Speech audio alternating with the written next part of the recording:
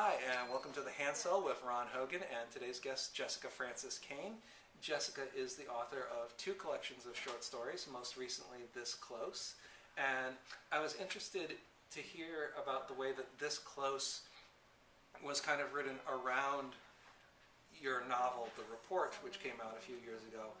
And also specifically in that, these are contemporary short stories following a historical novel that was set in a London air raid bunker during the Blitz, and that you had kind of described these stories as almost as a sort of vacation from that setting.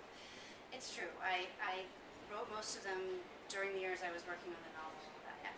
When I would take breaks from the novel for whatever reason, sometimes because the novel wasn't going well, or because I had a compelling idea that I wanted to pursue. And they do seem very different. One setting I had to research. The others, the story settings, are generally places that I know well. But I think that what's interesting to me, at least, as I look at both books, is the common theme of how people endure, whether that is after tragedy in wartime or the endurance required to live on the same street for 20 years and survive neighbors for that many decades, or family members. So there's that. Yeah, This Close has just come out, and I know you're going on tour to read it in a couple places, and I hope that folks will check that out. Thank you.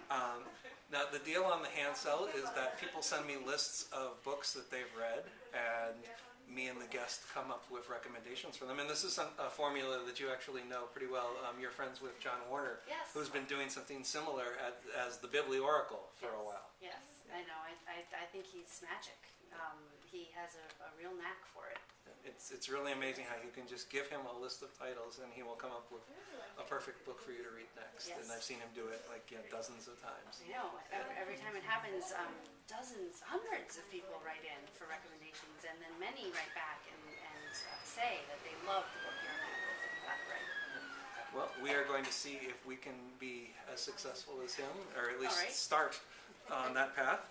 Our book list today comes from Laura in Woodside, and the books that she has enjoyed recently include Broken Harbor by Tana French, The Things They Carried by Tim O'Brien, Knock 'em Stiff by Donald Ray Pollock, Serena by Ron Rash, and Alan Hollinghurst's The Line of Beauty.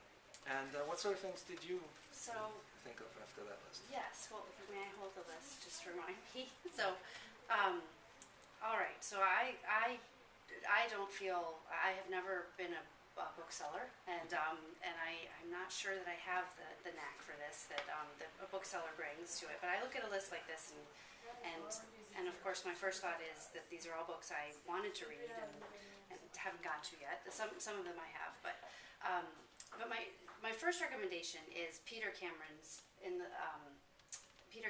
The City of Your Final Destination, which I don't know, I thought of right away when I saw that she liked the Tana French and also the Alan Hollinghurst. It's beautifully written. Cameron's prose is absolutely gorgeous, and it has an element of mystery. It's about a graduate student who goes to a South American country to research the life of a man who wants to write, of a scholar he wants to write a biography of, and the characters he meets there are peculiar, and the relationships formed are very interesting. And so I that's my top recommendation, The City of Your Final Destination. And you had a couple other books. But I did have a couple of others. I also thought of The Song of Achilles by Madeline Miller. I'll hold this breath. Sorry. Hold that up. And Bel Canto. Again, because of some of the other books on the list, these just came to mind. I'm not sure why. It's sort of an irrational thing. But I loved both of these books very much for different reasons, and they seem to fit with that list. Yeah, I took a look at the same list, and I was struck by in the Donald Ray Pollock and the Ron Rash, and to a certain extent the Tim O'Brien as well. That kind of regionalism, that willingness to get into not necessarily rural American settings, but and flyover seems like such a wrong territory, but outside of the big metropolitan type cities. And the Tana French also sort of echoes the Donald Ray Pollock elements of violent narrative as well. Yes. And what did you think of? One of the books that I came up with was a novel called Jiu-Jitsu for Christ that came out in 1986 originally by Jack Butler. And it's set in Jackson, Mississippi during the Civil Rights era. And it's about a born-again Christian who is also a karate instructor because he had been inspired by a martial arts teacher when he was a boy in school. And he comes to Jackson, Mississippi and opens up a karate studio. And it's an integrated karate studio, which, in Civil Rights era Jackson, Mississippi is already a pretty radical step. And it's about the friendship that he develops with a black family in Jackson who've come from rural Mississippi in their attempts to sort of make it in a bigger city environment. And it's just such a wonderfully funny book in a lot of ways. I mean, it doesn't shy away from the realness of what was going on in the era, but it just manages to find a really authentic humor in these people's lives without poking fun at them either. That it's Sounds very good. yeah, and it's really nice to see that this book has been brought back into print after a long time out of print by the University Press of Mississippi. And with any luck, this will lead to some more of Jack Butler's books coming back into print.